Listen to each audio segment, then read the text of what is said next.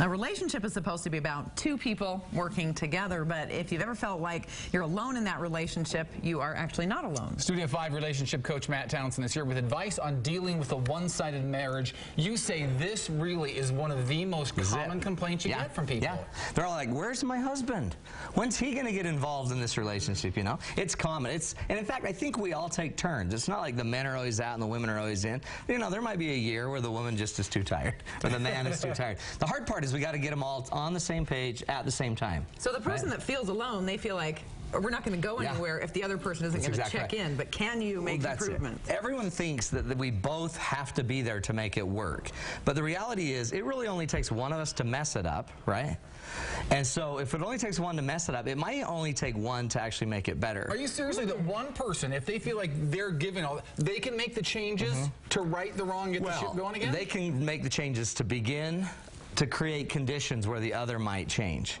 See, that's empowering. That's empowering to know. Well, I want people to know that, because otherwise you're sitting there waiting for someone else to change. And sometimes that person that's not changing, they don't even know they need to change. They don't even know there's a change necessary or that they're possible or capable of making the change. So that's what we're going to talk about. 5 keys, okay? You ready? First key is you got to frame the problem as relationally challenged, not a personal rejection. As it feels like personal rejection when somebody isn't paying attention to you or they just don't care, it seems like. But see, what I find is so many of the times people just don't know that that's what you actually need. Like, he doesn't need it, so why would you need it? Why would, if he doesn't need to talk every day after work for hours to you, why would you need that? So part of it is just some people are just relationally challenged. So if you start to see that our marriage has a relational challenge, instead of I've got he's rejecting me personally, the minute you take it personal, we're in a big problem, because you're going to be offended, you're going to start to withdraw, you're going to start to do a bunch of other patterns. Instead, hold it up that we have a relational challenge here, okay?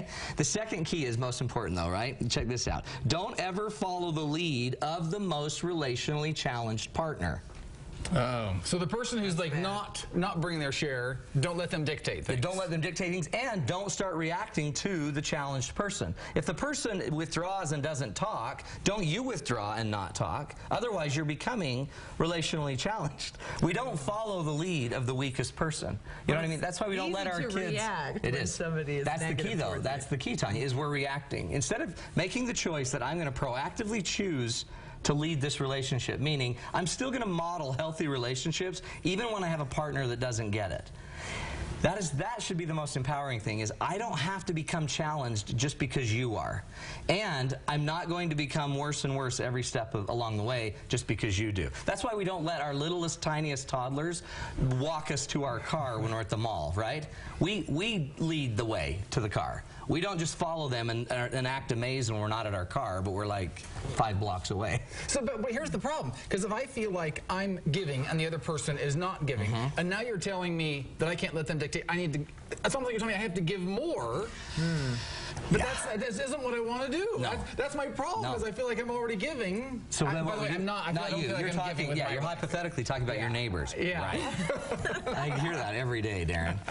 But see, that's the problem, is we don't give because it's good for us. We give because it's right. I give in my relationship because I made a promise to give without exception. I don't give just when you give. I give because it's right. That's called being principled. That's having character. Long-term relationships demand that you keep living your values regardless of what's going on with the person around you. It's a challenge, but I think even knowing that you can do that probably will empower somebody. Then, to lead this, eventually you got to sit your partner down and you got to say, you know what, I'm not happy.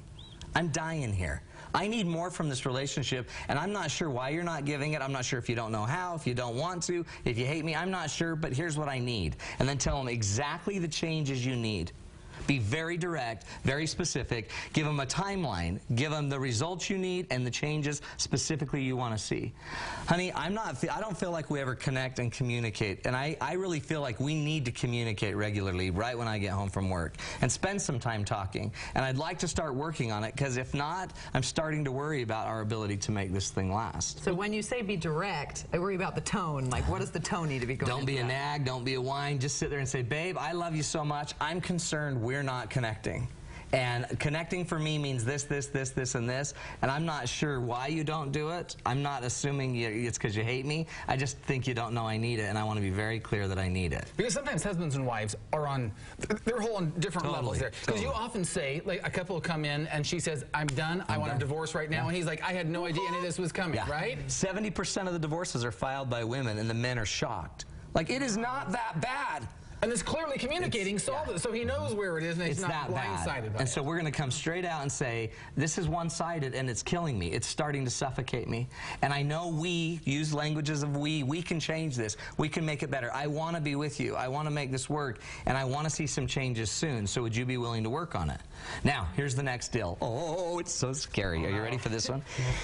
Demand win-win or a no-deal option. Meaning, if we can't make this mutually beneficial, let's agree that we shouldn't do this anymore. Long-term relationships, this is scary. No, you're laying exactly. Watch this. Long-term relationships demand mutual benefit. They demand it. So if I'm not getting benefit with you over a long period of time, I'm going to start opting out of the relationship.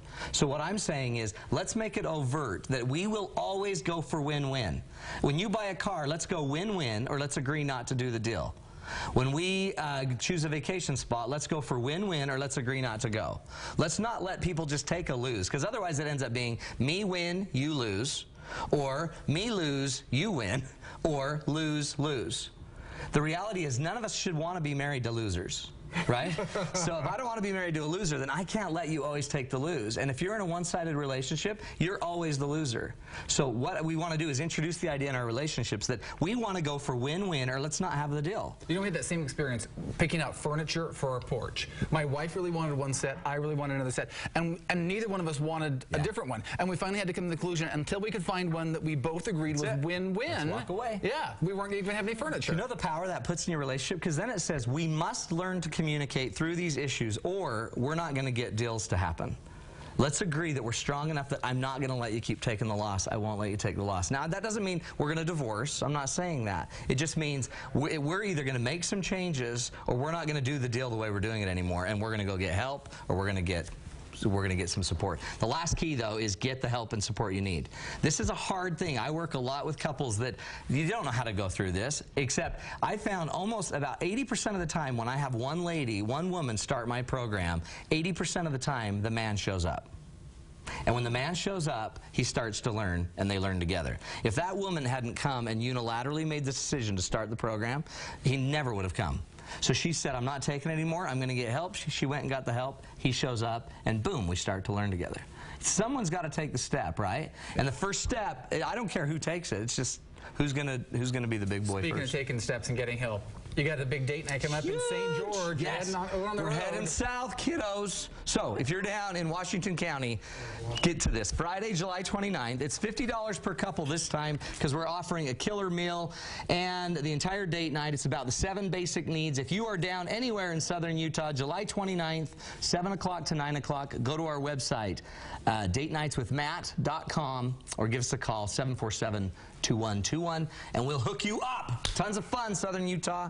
I hear his date nights are awesome. My parents went to one. Your parents loved it. They were out of control. Oh, they thought you were so funny. Tanya, I heard more dirt about you. But better. Yeah, it was Okay, nuts. we'll have to share during the commercial. Oh, yeah, I got Talk video. about it. Great. Oh, It's really? incredible. Okay, You that gotta should be watch it. good. That's going to be Tons of good. stuff. Thank Thanks, you, Matt. Tanya. We appreciate it.